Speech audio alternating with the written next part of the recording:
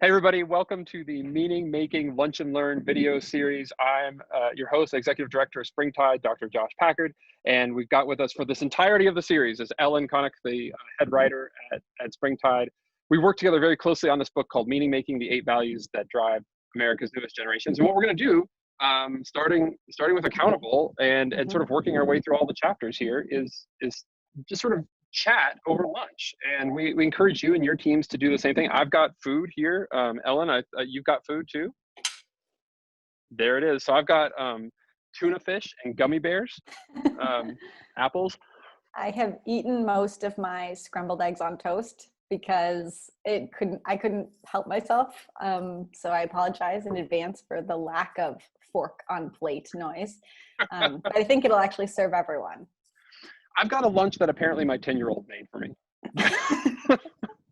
Which is, if he would make this just to show it to us and say like, look at this really great lunch that I made. And then he would eat the apples and gummy bears and that's it. And he'd put the crackers and the tuna fish actually like in the trash or something. It's all about presentation. Yeah. The premise of the book here, of course, is that like there are these values that drive and sort of like factor into the decision making for the sort of the youngest generations in America. At Springtide, our focus is all on 13 to 25-year-olds. And it's not to say that the old values of accomplishment or, sometimes making money or achievement, like it's not to say that those don't matter. It's that these 8 are emerging as things that organizations have to take into account as well if they really want to attract and retain volunteers. If you're running a youth group at a church and you want to have, if you want to impact the lives of young people and really have influence with them, or if you're an employer and you want to have employees that are actually engaged and not just showing up to earn a paycheck, we got really concerned and interested in these things because we kept hearing them pop up in some other studies that we were doing. So we decided to write a whole book about it. That's exactly what we decided. I think that also, part of what is important about these values is that they might be values you would normally associate with like very specific institutions, like, oh, those are family values, or those are values you learn at church or that you learn in school. And really, young people are living such integrated lives that they want these values to show up for them in any organization they're going to participate in. So even if you're like a small business or a high school or a church or, whatever kind of leadership role you're in that engages young people, you can embody these values, even if they're not values you ever associated with the work that you think of yourself doing, which I think is a really cool like opportunity for different organizations and leaders to step into. I agree, and it's Ellen, one of the things that is so, I think, like inspiring and moving about this is that like I feel like I've been hearing, especially from people who run nonprofits and are employers, that they sort of feel this tension that they're being asked to do more and be more, that the workplace has, and the sort of the workplace, whether it's your career or sort of the volunteer space outside of your home, it's being asked to do more than ever. Yeah. That in the sort of death of the sort of what social scientists would call the third spaces in our lives, we've got fewer people going to churches. Starbucks might be the closest thing we have to a third place, but we don't have those like social, like the Kiwanis Club. I don't even know if you know what the Kiwanis Club is, Ellen, you're fairly young. But like these things don't exist like they used to. And so work has become this like all-encompassing social life. In fact, social life, like a place that I give meaning to my life. And sometimes that can be paid work and sometimes it's unpaid work. And this is launching a whole study that we've got coming out next year about careers and vocation, but that's a separate topic for another day.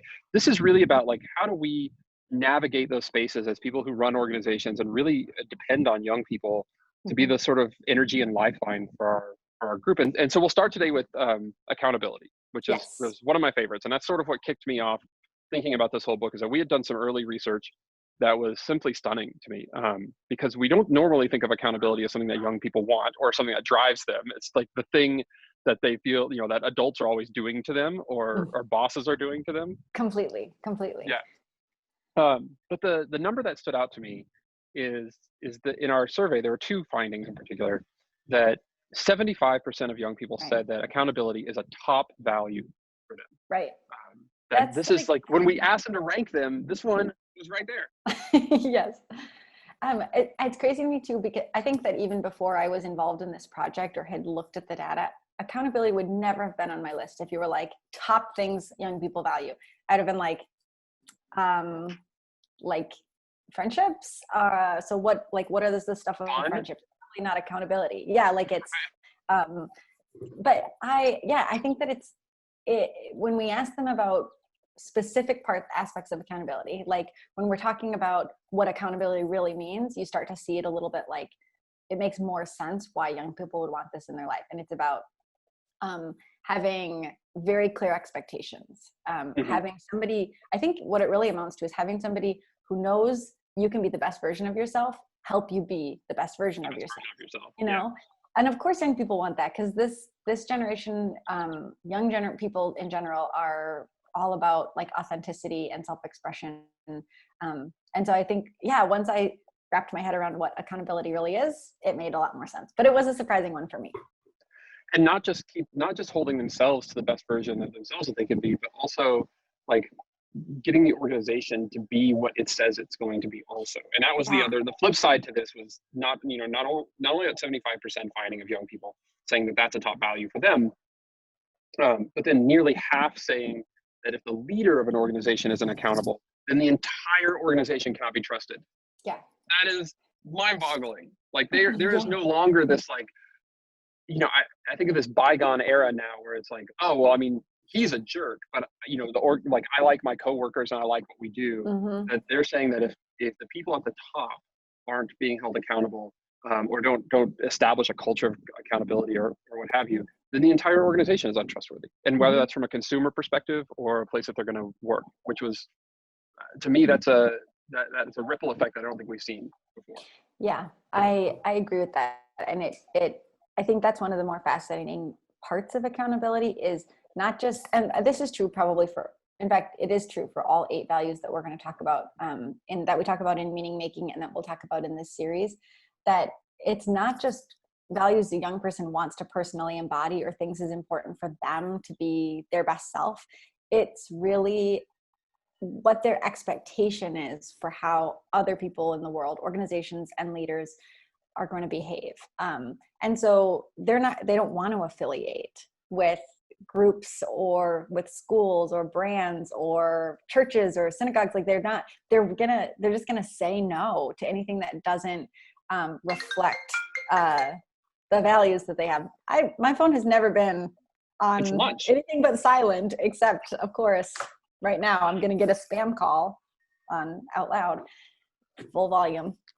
So I think that's a huge part of it, is this idea that they want this reflected not just in their own experience and what they practice. They want anyone they're affiliating with in any way to practice this as well.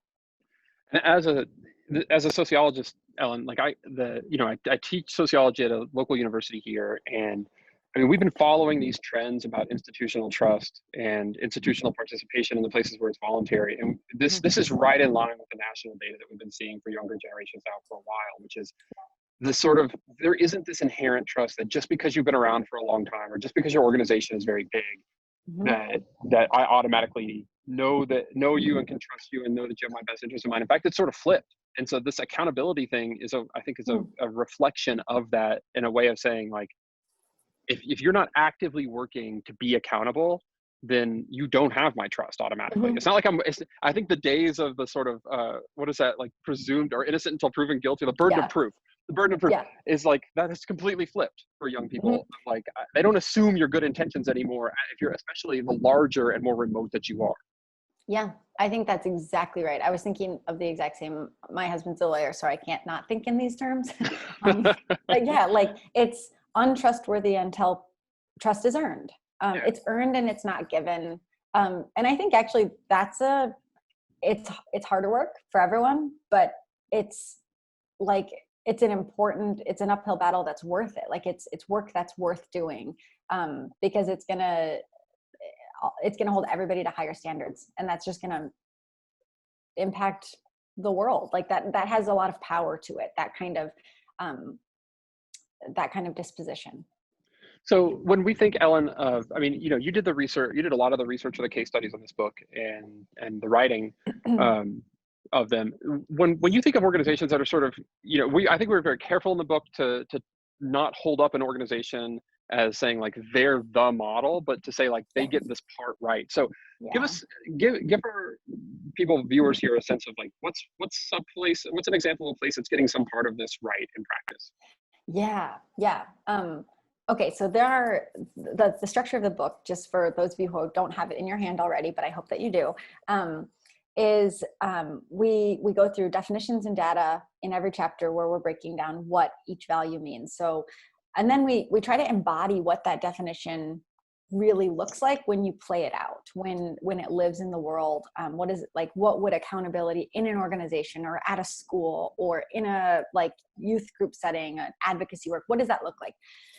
And one of the examples that actually I really like for both personal reasons and because I think it's a very clear and helpful example, is the dinner party, which is an organization started by a young woman named Lennon Flowers. And she started the group because she had lost her mother. Her mother had passed away. And she just didn't feel like any of her friendships, she was in her late 20s or early 30s at the time that her mother passed. I might be getting some of these like intimate details wrong, but she was a young woman and didn't feel like any of her close friendships and relationships had quite the bandwidth to talk about something really heavy like that, because most 20 and 30-year-olds haven't lost a really significant person yet. Like that's just something we associate with being 40, 50, 60, when you start to kind of realize that, death is on the horizon for some of the people that you love.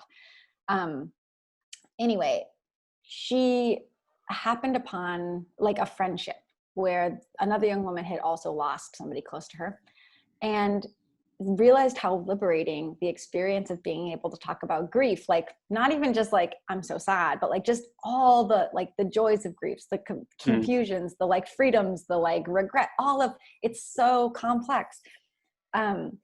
And from this sprouted something called the Dinner Party, which now has huge national and international reach.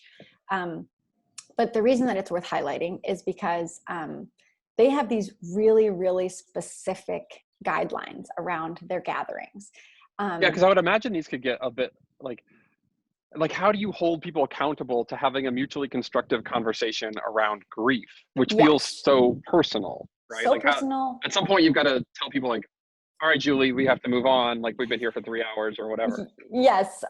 So it can get really unwieldy, and it's one of the most important things is for the people who show up to know what they're showing up to. And that's like number one in accountability, is like shared expectations, knowing what you're signing up for so that when you get there, you're not thrown off. You don't feel unsafe. You don't feel like you're backed into a corner or like you're going to be asked to do something you're not comfortable doing.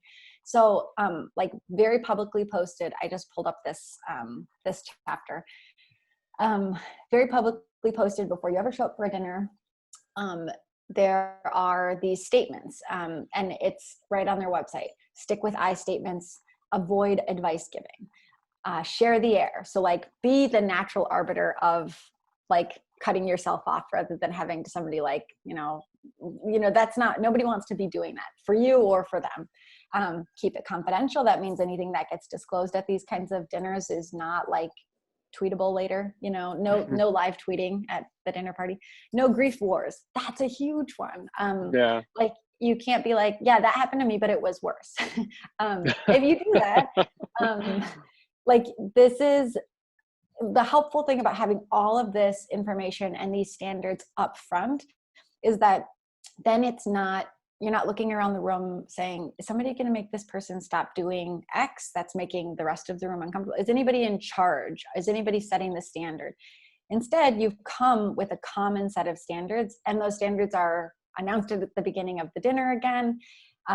So the whole room gets to take a deep breath and not worry that there's going to be like a line won't get crossed. Instead, there's a really understandable set of expectations, and you only showed up because you agree to those expectations. Yeah, Ellen, I think that's so like this notion that that there's, it's not those rules that we would hold up as saying like your organization should adopt these rules. It's the connection between like having some guidelines for how people will behave and handle Yep. known situations that are directly connected to your values, and then Yep. communicating them in advance so people Yep. know what they're being held accountable to. Because accountability so often feels arbitrary. Hmm. And that's part of what drives most people crazy about accountability, is that all of a sudden, like, the standard emerges that you didn't know that you had to live up to, or that you were being judged against, and then it's like, just by a manager, or somebody is just like being flung upon you, and it's like, what, wait a minute, I had no idea I was trying to do that. Yes, I completely agree. And I think it has it has a real power to, like, there's something kind of, you have to be really intentional about it. And I think sometimes that's uncomfortable, but you see the success in something like the dinner party. And I actually have attended dinner parties before. Like, I've been a part of these groups and these dinners because I lost my own brother a few years ago.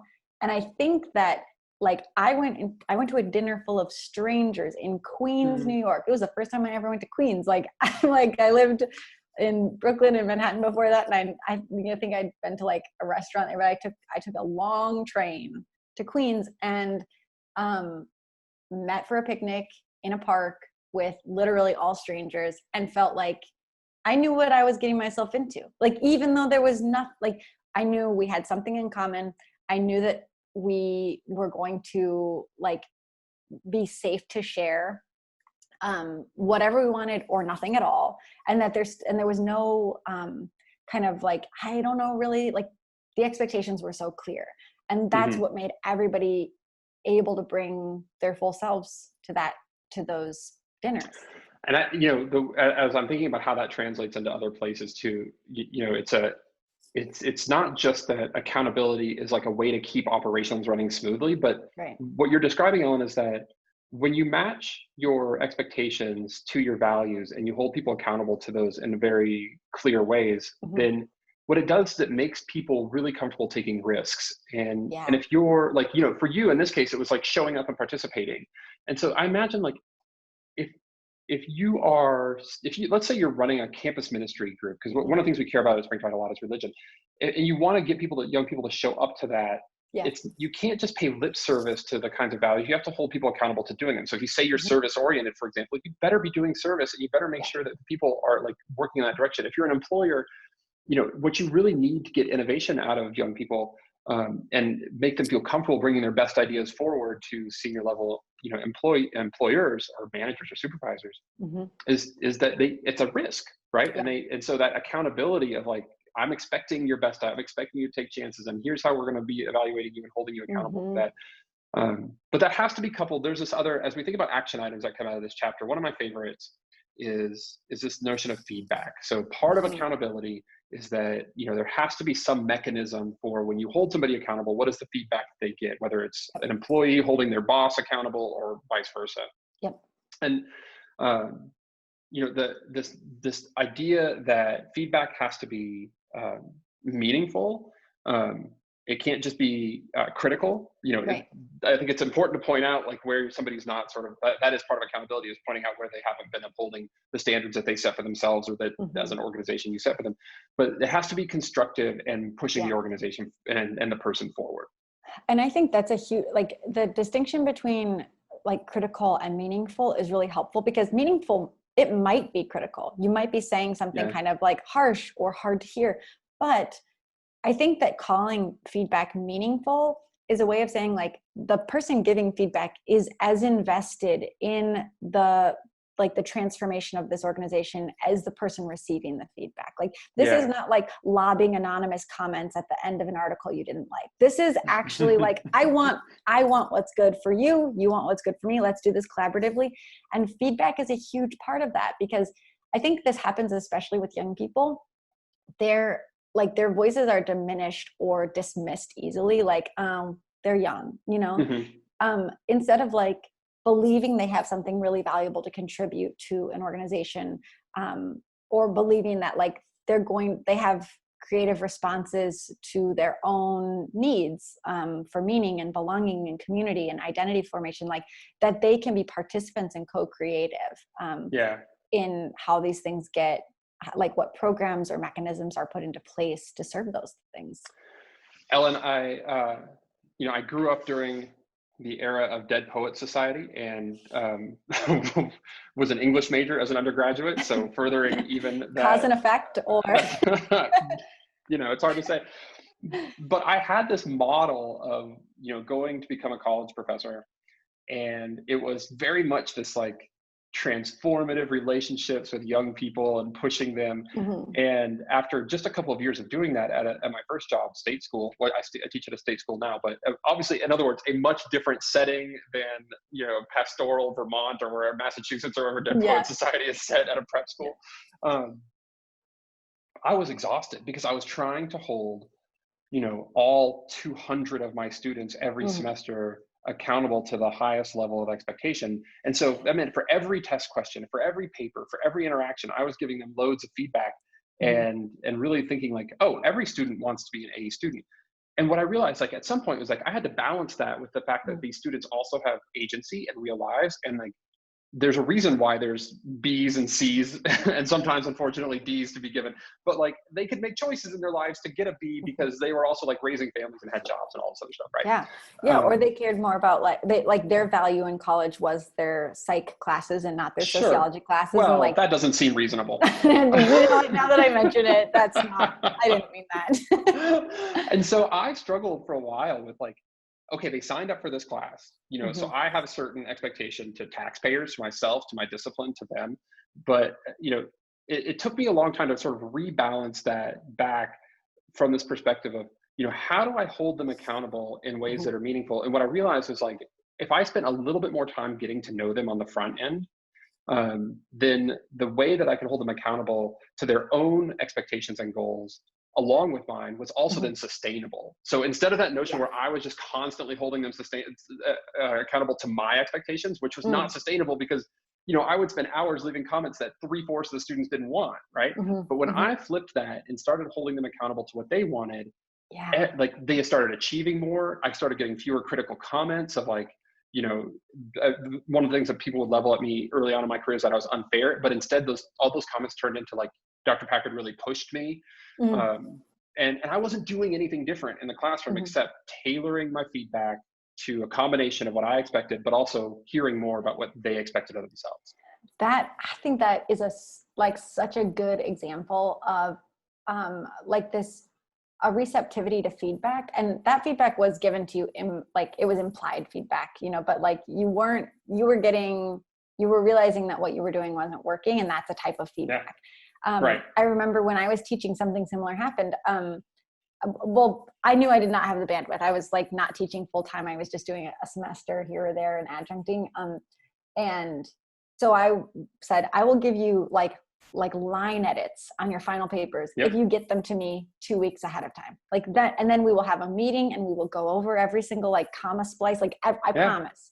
But like four students would take advantage of that. And I was like, that's great, because those 4 students really want to get it right.